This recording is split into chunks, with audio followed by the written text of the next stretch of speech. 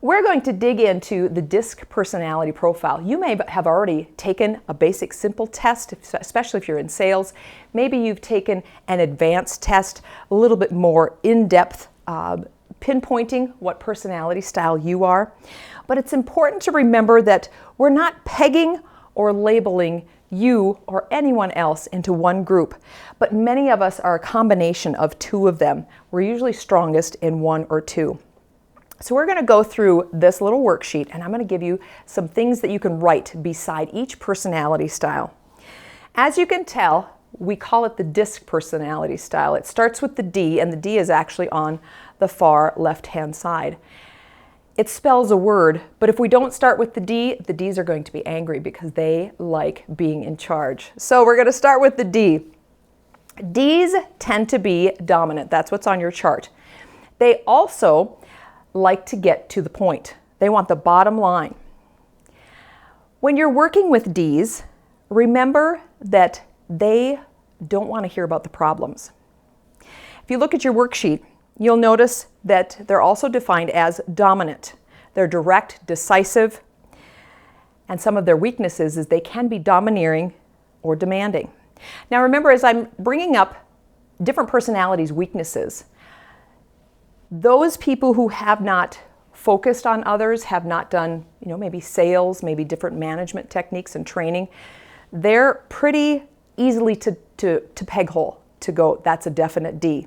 But if they've done any studying, any work, any managing, they've been able to balance themselves. So some people you can't really define because they're so well balanced.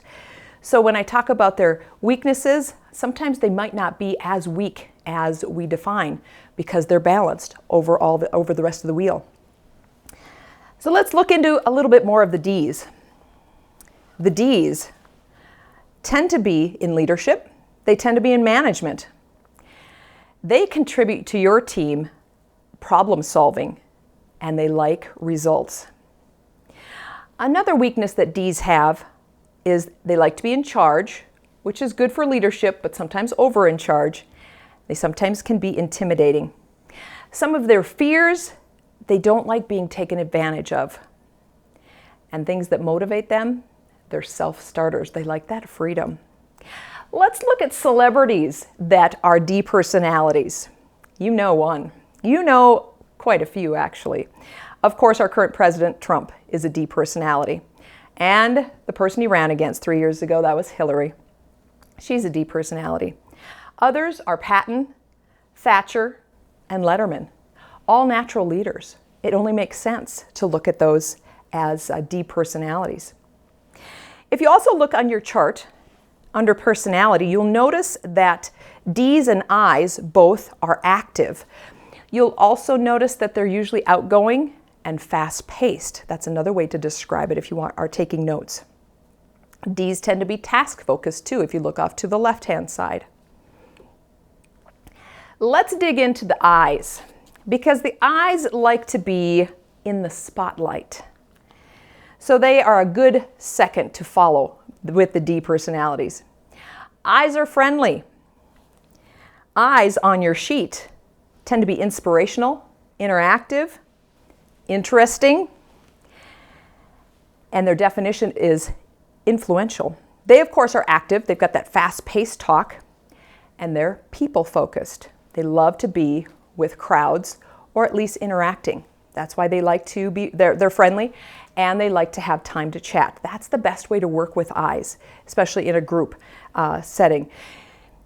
Do you remember, or you probably do, numbering off, whether it be in gym class or different classes, different breakout sessions, and we number off 1, 2, 3, 4, 1, 2, 3, 4. I believe it's this, because Is tend to congregate together, and if you don't separate them, you'll never get anything done, because they are the talkers.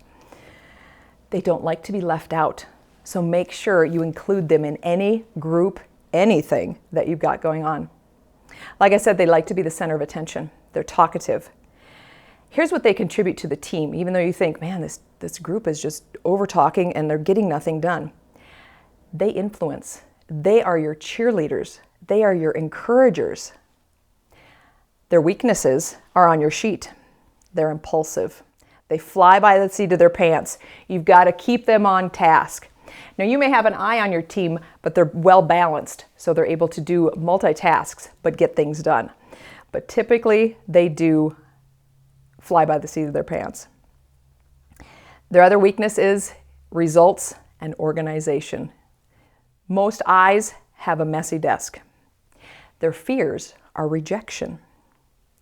And their motivators are approval. Give them some recognition and they will fly in your organization.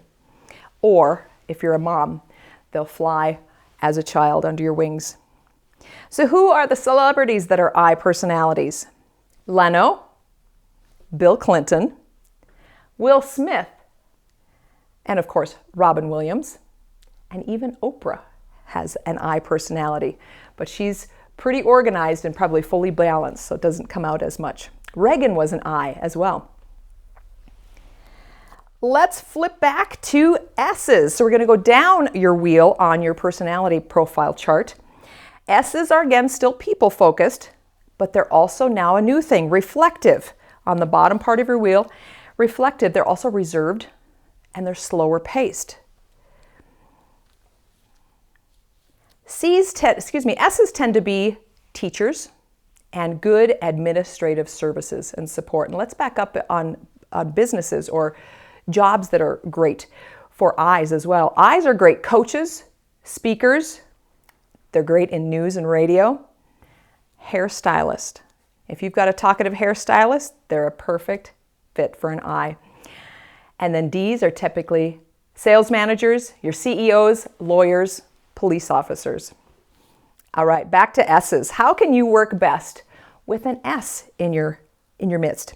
S's are steady. That's the magic word. They're stable, they're supportive, they're sincere. Great teachers, great support. They like clarification. That's how to work best with an S. Some of their weaknesses might be being a little bit slower in working. They process a little bit on a timelier scale. And they're sensitive. We like to avoid confrontation with S's. They like to avoid confrontation. So the best way to work with them is not to be so upfront and demanding. General characteristics of S's, again, steady, stable. What they contribute to your team is dependability. They will be there for the long haul, and they're loyal.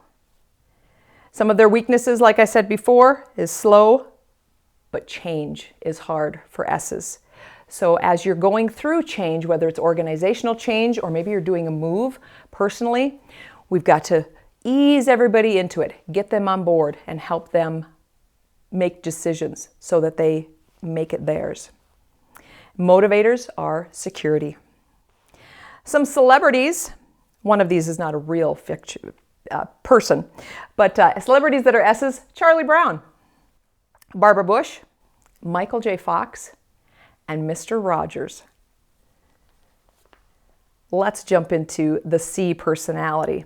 I don't put the C's last, but if you put the C's first, they wonder what's going on. They're kind of questioning and double checking why you want to put them in the mix at all. C's are analytical, and you'll see that the definition of theirs is compliant. I've also seen it as conscientious.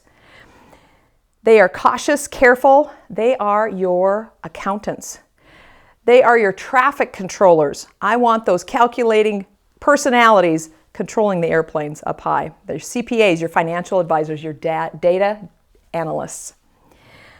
Some of their weaknesses are on your chart. They're very calculating, and they can be sometimes condescending if they haven't learned the balancing of their personality. C's need information. So the more details, the more specifics that you can get them, the more successful they will be. Don't get that information to a D. They want bare bones or an I. They'll lose it. But S's and C's like that information.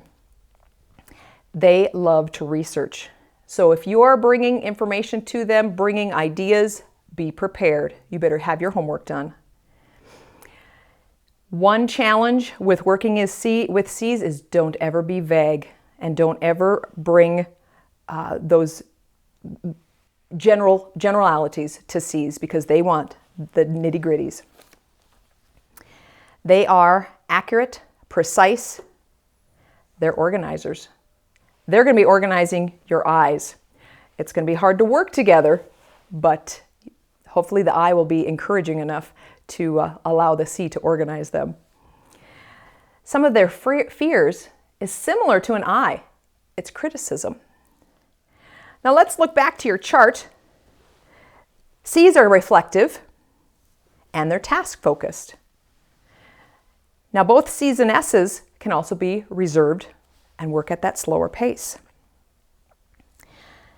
What personalities, what celebrities are C personalities?